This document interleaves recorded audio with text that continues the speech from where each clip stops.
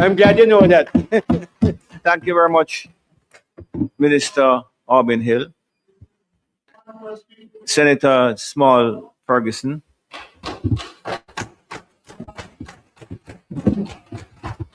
Why you can't copy, man? Just want to remind Dr. Fenton that the rule hasn't changed. No clapping in the chamber. No.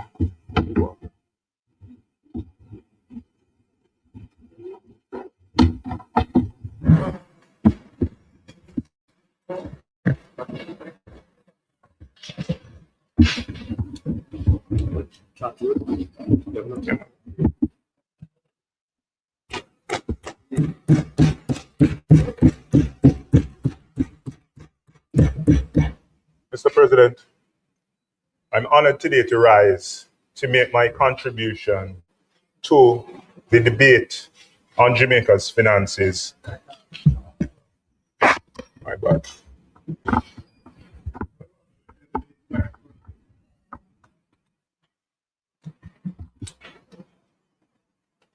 What's it to be on? All right, great. I'll take it.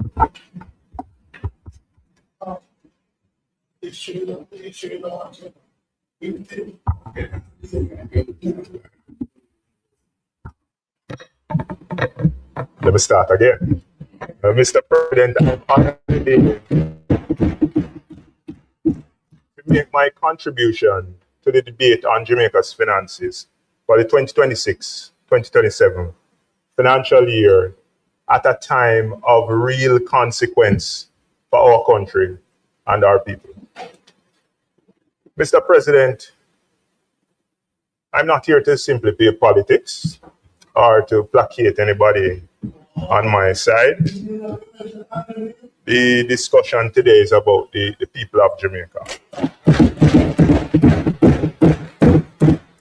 At the outset, Mr. President, I wish to express my continued sympathies to the many Jamaicans who continue to suffer in the aftermath of Hurricane Melissa. Those of whom who have lost their homes, their livelihoods, they still haven't gotten back on their feet. They're still waiting to feel real impact, real relief in their lives. And these are the people, Mr. President, that we have to keep front and center when we talk about the country, the economy, the numbers, the finances. Yet, having had an opportunity to seriously review the budget, they appear, Mr. President, in some respects to be at the periphery of the budget. I'm going to respect the time, despite the leniency allowed to me. I know my colleagues too have a lot to say, and I'm going to focus my contributions on a few areas. As we examine the budget, we must be clear that the fiscal challenges that we now face as a country did not, contrary to what the minister sought to reiterate just now, begin with the hurricane. So my contribution is going to be focused on three areas. I'm going to talk about the underlying fiscal condition of Jamaica prior to Melissa. I'm going to speak a bit about some of the policy choices that have been made in the budget. I'm going to talk a bit about the implications of those choices for the Jamaican people. The first port of call is to speak a little bit about the context in which the budget is being set, and really to dispel the idea that Jamaica was in a state of perfection before the hurricane, which was just reiterated just now. We all know, Mr. President, that Melissa was a significant event, very significant.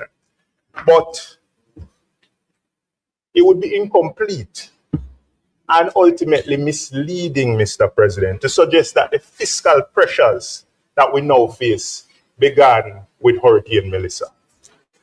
The truth is that, Mr. President, despite what the government would like you to believe, in the years leading up to Melissa, Jamaica was already showing signs of underlying fiscal weakness, and I'm going to get into it. These were not always evident in the headline numbers, right? And clear in how the fiscal accounts were structured and some of the policy choices. But there are a number of elements, in some respects, masking the weakness, and I'm going to speak about some of them. First, there has been in recent years, Mr. President, an increased reliance by the government on revenue measures introduced as temporary responses to specific circumstances, but which have been retained and normalized as permanent features of our fiscal framework. I'm going to say it over and over again. Right? The second, Mr. President, and most significant, showing up in our recent fiscal outcomes is the fact that they've been supported by one-off, non-recurring transactions. Right? While these have generated significant inflows, and in and of themselves are not a challenge if done right, they do not represent sustainable sources of revenue. Right? I'm going to ask those on that side to train their ears and listen up. Right? So, the third area masking the weakness, Mr. President, is that targeted measures that had defined policy objectives have over time been redirected from their original purpose. The revenue remains, but the policy rationale has been diluted or in some cases abandoned. Right? And my time is limited. I have a long list, but I'm only going to touch on 4. Taken together, Mr. President, these factors point to a fiscal position that is increasingly dependent on temporary measures, shifting policy around, and non-recurring inflows to maintain balance. In other words, the apparent strength that's boasted about masks emerging structural pressures. This is the context, Mr. President, in which Hurricane Melissa arrived. The hurricane didn't create any of these conditions. It exposed and in some respects intensified them. And if we are to craft any form of credible response, we have to begin with some honesty and acknowledge them and recognize that they exist. Mr. President, I'm going to start with the NHT. Right? And, you know, the time does not permit me, as I said, to be exhaustive. So I'm going to point to the major ones, the ones that are topical and very visible to the Jamaican people. The withdrawal of the funds from the NHT, Mr. President, as we know, was introduced at a time of acute fiscal challenge, right, to deal with a serious issue by the last PNP administration. Right? And it was framed and legislated as a temporary time-bound measure. At that time, there was strong opposition by the now government on the basis that the NHT is a specialist institution and funded by contributions from Jamaican workers, and that the resources should be, quote unquote, ring-fenced for housing. But since assuming office in 2016, the government has taken a very different position. The withdrawals have been extended through successive legislative changes, and there is apparently another one coming. And $11.4 billion continues to be extracted annually. The government's current position on the NHT has shifted away from it being a golden egg that should be protected towards it now being sufficiently capitalized, right? And that the only constraint surrounding it is housing delivery, right, and supply, not funding. So, in other words, it's in a good state, so the 11.4 billion will do nothing to it. But if after more than a decade of continuous stewardship, right? You just highlighted it, 3 consecutive victories. Supply remains a constraint for the NHT, land and infrastructure and execution capacity, as the Prime Minister outlined in his speech. And that is the justification for why the fund is being underutilized. I think that's an admission, Mr. President, that there's something wrong with the underlying framework of the government's approach to delivering housing to the people. I mean, I don't know who you're going to pass the responsibility to after 10 years of being in government. The appropriate response to a supply constraint, Mr. President, is not to divert the resources conveniently, but to improve how the resources are deployed. There are clear avenues to enhance the utility of the NHT to its contributors. And I acknowledge that the government has taken a step in the right direction, improving the benefits to NHT contributors. But more can be done. We can expand the benefits even more. We can increase borrower limits. We can make rates even more concessionary. We can broaden the financing arrangements available for homeowners who are contributors. We can contemplate whether we need to reimagine or expand the mandate of the NHT to extend it to adjacent areas, such as infrastructure, so supporting quality housing. It's not a fund to be raided for convenience, Mr. President. Now, Mr. President, the principle here remains clear. The NHT was established for a defined purpose. Redirecting its resources, regardless of the level of surpluses, represents a departure from that purpose. That's clear. And it departs as well from the position that the government previously articulated. So, a housing fund, Mr. President, should not become a fiscal buffer for the government into perpetuity. That's not good policy. Yet, this is what is seemingly occurring. The temporary measure has been embedded as permanent support to hold up the fiscal accounts. And while the effects of this, Mr. President, may not be immediate, over time, this approach could risk weakening the institution's ability to fulfill its mandate and imposing a deferred cost on future Jamaicans. I'll say it again, it's not a matter of fiscal convenience, and importantly, the reliance predates Hurricane Melissa. It was already embedded in the fiscal accounts and the framework. So it can be justified to reference the hurricane as being the reason why it's continuing. The second matter, Mr. President, traveling along the same lane, is the asset tax. And Mr. President, I addressed this matter in detail in a recent debate on the legislation underpinning the measure. So I don't intend to revisit it in full today. But the point remains, the central point remains. The asset tax, like the NHT withdrawals, was introduced as a temporary measure at a particular time in our history. And it has continued unchecked with no specific feedback as to when it will be rolled back. It's now a permanent feature of the tax system. It's been extended, normalized. There is no reference, there is no certainty with respect to when it will be unwound. And it's particularly significant because everybody has accepted that the tax is distortionary. It penalizes capital formation, which, as the minister said, is very important at this time. It discourages retaining financial assets here, which is counter to his own mandate as attracting investments to Jamaica. And it's oftentimes passed on to the customers and investors who ultimately suffer. It's for these reasons, Mr. President, that the measure was originally put forward as a temporary measure, not a permanent one.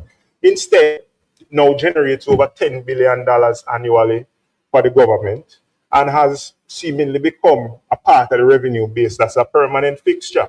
It reinforces the broader concern, Mr. President. And I'll say it again, when temporary measures become permanent and they're retained beyond their lifespan, they are no longer emergency tools. And there's a credibility price that is paid under those circumstances. So in other words, when the fiscal framework is relying on measures that were never designed to be permanent, is the fiscal framework really sustainable to begin with? And again, this one predates Melissa. So I don't want to hear that it's because of Melissa that it's in place. The next example that I'll go to, Mr. President, is one-offs.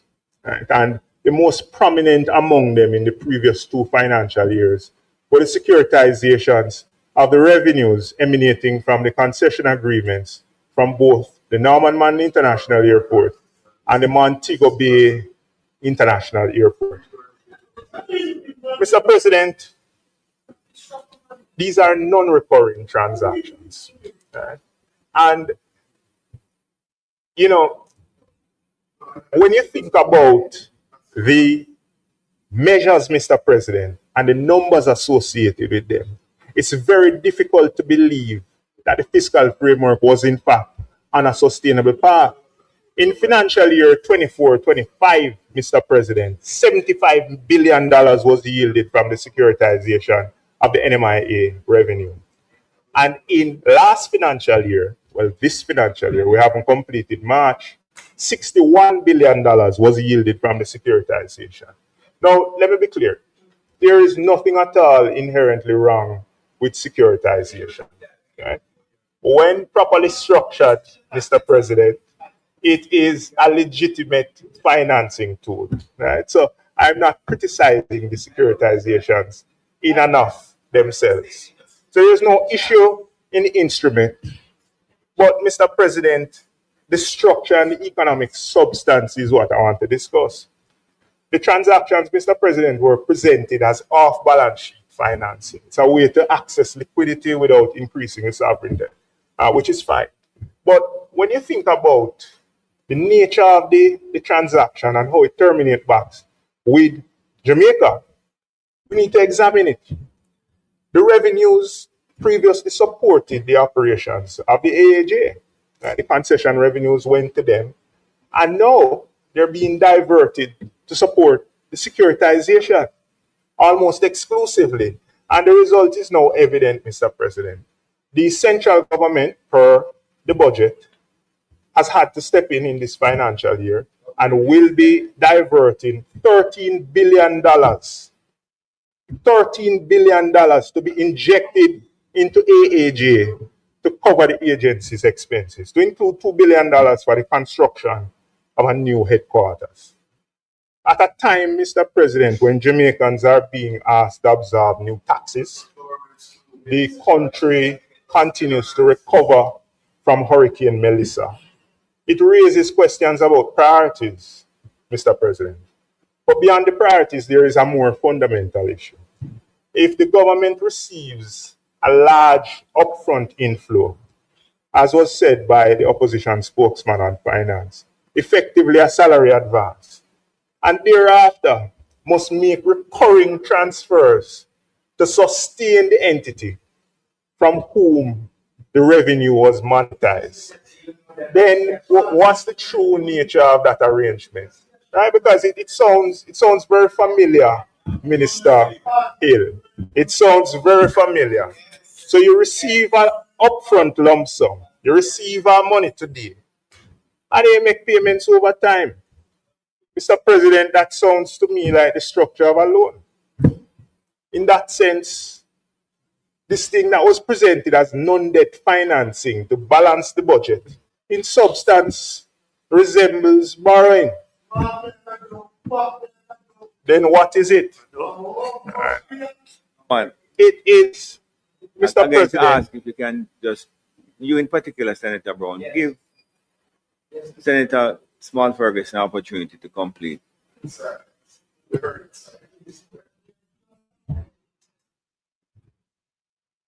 Mr. President, I'll continue.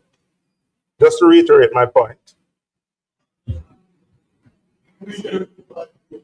The matter was presented, Mr. President, as non-debt financing to balance the budget.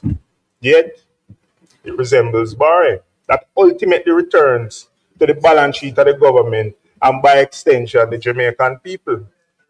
And importantly, this reliance on one-off transactions was evident before Hurricane Melissa. It's not because of Hurricane Melissa.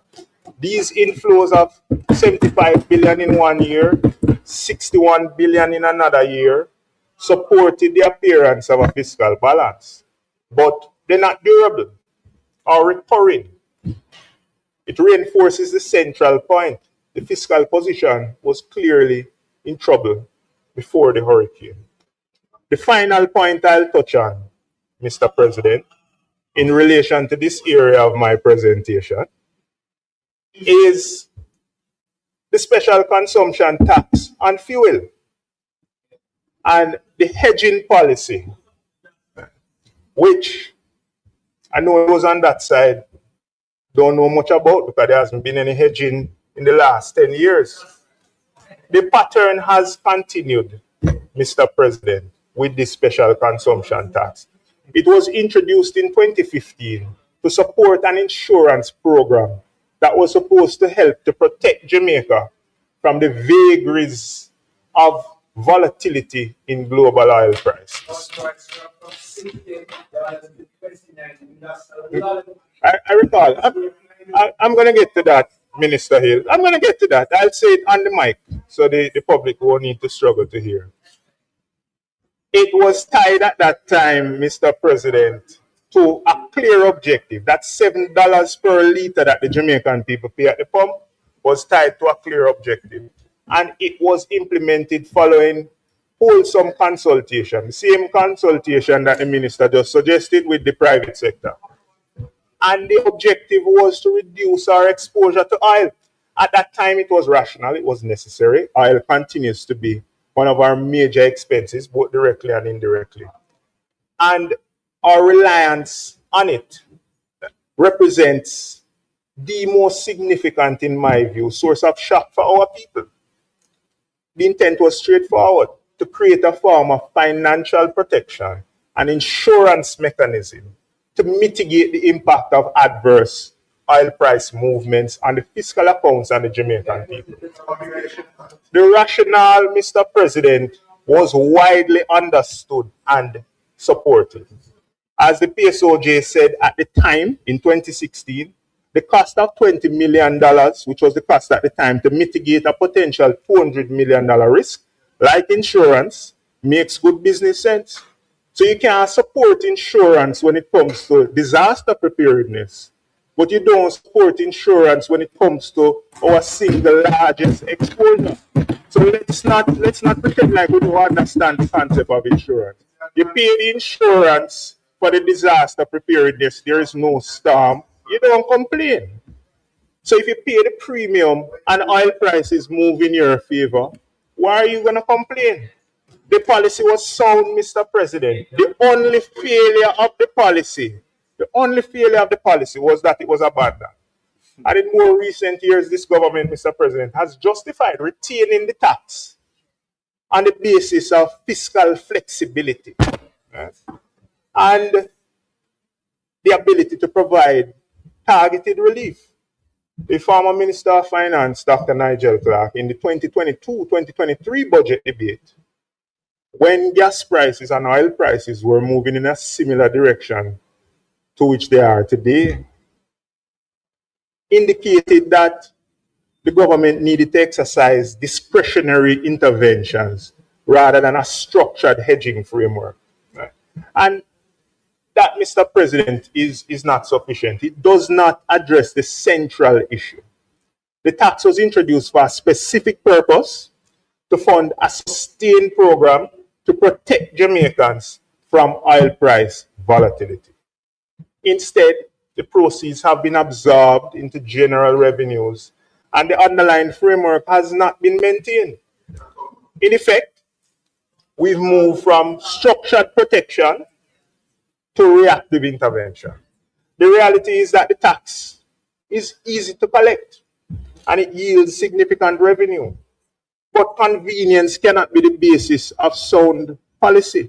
The tax was there for a reason. It's easier clearly for the government to retain the tax than maintain the discipline of exercising the structured program to protect us. The consequences, however, is that the Jamaican people are left fully exposed. Mr. President, the opposition has consistently taken a clear position in relation to this. Either you remove the tax, given that it no longer delivers the intended benefit, or you restore the protection that the Jamaican people are still effectively paying for.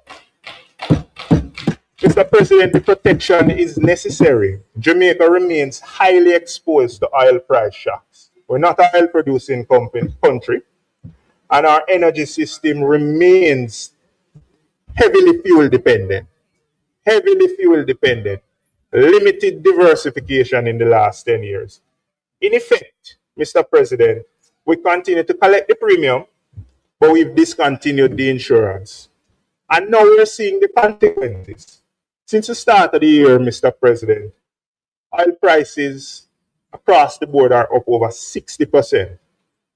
And they're hovering now near to $100 per barrel, well below the $60+ per barrel estimate that I understand is assumed in the budget.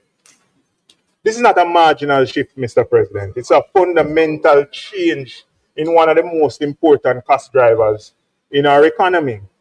And while the effect on the fiscal accounts may be nuanced, because of course higher oil prices means higher revenue in some areas, but it also means higher costs. What is clear, Mr. President, is that the Jamaican people are feeling it. Right? Gas prices have gone up every week for the last how many weeks?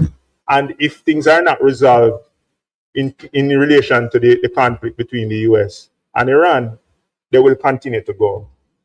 So it means Jamaican people are paying more at the pump. They're going to be paying more for electricity bills. And, Mr. President, they're going to be paying more taxes. The burden is compounded, Mr. President. It's compounded at a time when Jamaican people are still feeling the effects of Hurricane Melissa. If there was a sustained hedging framework, Mr. President, if that was in place, some of this burden could be mitigated. Instead, the resources have been diverted to other purposes. And once again, Mr. President, this predates Hurricane Melissa. Mr. President, if we step back from the individual examples and consider them in aggregate, a clear picture emerges. If we look at the last 2 financial years, Mr. President, the fiscal position was supported by one-off transactions, temporary measures made permanent, and revenue redirections. And if we look at the aggregate of just the 4 measures that I mentioned, we're looking at between $80 and $100 billion of impact on the fiscal numbers. So I say, Mr. President, even without Hurricane Melissa, I asked the question how we were going to replace the $70 billion yielded from the securitization in 24-25 and the $61 billion yielded in 25-26. The answer must be beyond just economic growth. That's nebulous. How do you replace those big numbers in the budget? Because these inflows, Mr. President, are not repeatable. The Minister of Finance on Tuesday spoke about the impact of non-recurring revenue. And I say, how do we plug this non-recurring revenue? Mr. President, I want to turn to another matter in relation to the budget, which is the proposed reforms to the financial sector framework. Mr. President, let me say from the outset that we welcome these reforms. For several years, stakeholders across the financial services sector, securities dealers, pension funds, insurance companies, other institutional investors have advocated for modernization of the regulatory framework to better facilitate capital formation and investment. Mr. President, I myself have been at the forefront of that advocacy, having led the Jamaica Securities Dealers Association for the last 3 years. Mr. President, many of the measures now being contemplated are consistent with the positions advanced by the sector during that time. So it's not a new conversation. In my contribution to the debate regarding the suspension of the fiscal rules in December, I noted that Jamaica already has a significant pool of capital at home, yet their ability to support large-scale development remains constrained, limiting how capital can be deployed and trapping resources that could otherwise be mobilized for productive use. And further, I indicated that we cannot expect a modern, resilient economy to emerge if our own rules restrain capital from participating in the very growth we seek to generate. So it's encouraging to see elements of those recommendations now reflected in the government's policy direction. But recognition of the opportunity is only the first step. So the real question, Mr. President, is whether the enabling environment will be created to translate these reforms to meaningful investment and economic growth. Because capital does not simply move because you adjust the limits. Capital moves when there are credible opportunities. Money goes where it is comfortable. When there are good projects, well structured, properly risk managed, and capable of delivering sustainable returns, Mr. President. If the intention is to mobilize domestic capital at scale, then we need to ensure a few things are in place. The projects that are seeking to attract the capital must be commercially viable. The risk management associated with them, the accountability must be clear. The timelines for delivery must be credible. And the execution has to be disciplined, Mr. President. Because the experience of investors has not always reflected those conditions in dealing with the government. Let's face it, we have seen delays, cost overruns, and uncertainty in relation to government-led projects. This is just the truth. And those things oftentimes ultimately discourage participation, Mr. President. This is not the kind of environment where capital flows efficiently. So there is also, Mr. President, beyond the conditions and the environment, the matter of legislative follow-through. Announcements, Mr. President, need to be matched with timely implementation if these reforms are to have any real effect. And that's our job, to ensure that the legislation works. Right? And I know that there are several pieces of legislation that have been sitting on the bench for a while. I hope that the legislation underpinning these reforms do not join them. Mr. President, the opportunity here is significant, but unlocking the potential requires more than policy announcements. That's just the first step. We need more, we need action. Mr. President, I want to close to the final substantive, move to the final substantive section of my presentation. Mr. President, I want to talk about the mischaracterization of the policy framework that was delivered by the Leader of Opposition in his presentation. Mr. President, in her closing, the minister sought to group all the initiatives that were presented by the Leader of the Opposition together and present them as though they were intended to be implemented and funded in a single financial year. Mr. President, as I am sure the minister knew, and those on that side know as well, that does not reflect the nature of these kind of proposals. They formed a part, Mr. President, of a broader, integrated policy agenda designed to be phased, prioritized, and executed over multiple financial years.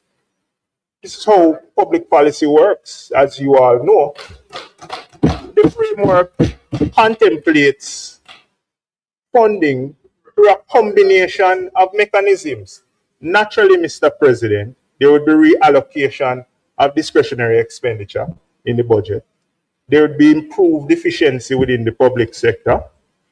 There would be enhanced revenue through stronger compliance, Mr. President, a topic that seemingly bears no importance in certain circles, and where appropriate, Mr. President, targeted and sustainable external financing over time to compress them together into a single year scenario and then draw conclusions about the impact on debt, Mr. President, is not reasonable. And I'm being kind when I say it's not reasonable. If the same lens were applied, Mr. President, to the government's own agenda, particularly the range of significant projects that were announced by the Prime Minister, then the outcome would be no different. If we were to cost those projects, put them together, and launch them in 1 year, we could only fund them through debt.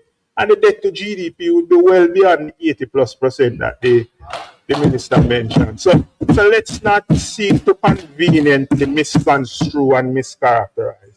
The policies put forward by the leader of the opposition were grounded, Mr. President, in the ethos of our party. The opportunity to create a pathway for all through social justice. They were intended, Mr. President, to expand access to housing, economic participation, to upward mobility in a structured and sustainable way over time. Mr. President, this is not a one-year fiscal exercise. It's a deliberate effort to build an economy that works better for the people of Jamaica. And that's the kind of alternative that needs to be presented in a scenario like this by an opposition. It's therefore important that these proposals be taken in that context. Mr. President, in closing this contribution, I have certainly established to the objective viewer a few clear points. The fiscal pressures, Mr. President, that the country is facing existed well before Hurricane Melissa. That's the first thing. Secondly, Mr. President, the burden that is now being placed on the Jamaican people through rising costs and new taxes is occurring in the context of that fiscal position. And there remains, Mr. President, credible alternatives in our view, grounded in better execution, improved compliance, and more use of the resources that are already in the system. Mr. President, the Minister has spoken repeatedly about the government choosing a path of fiscal responsibility. Right? And I've heard it repeatedly from the government, choosing a path of fiscal responsibility. But the truth is, Mr. President, for the most part, that choice was not theirs to make. Mr. President, as the former Minister of Finance, Nigel Clark himself said in March 2024, the Financial Administration and Audit Act requires that Jamaica pursue a fiscal balance derived from a formula written into law, consistent with the targets set in the law. Mr. President, that is the point. Fiscal discipline in Jamaica is not a matter of preference or choice, it's a matter of law. It was embedded, Mr. President, through the fiscal framework strengthening under the administration led by the Most Honorable Portia Simpson Miller.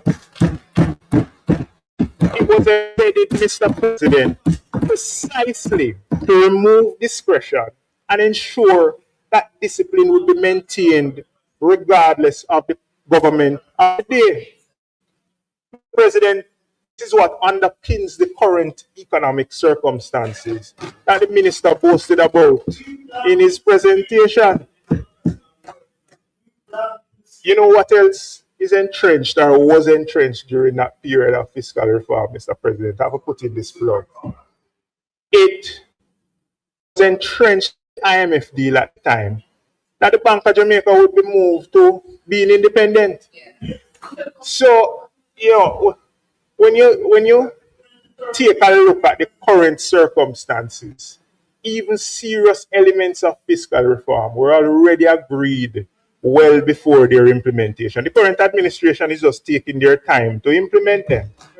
So the question now, Mr. President, is therefore not whether to be fiscally responsible, The question is how that responsibility is exercised and whether it's being used to support and protect the Jamaican people who are the ones who have made the sacrifice associated with us achieving this fiscal prudence. If it pleases you, Mr. President,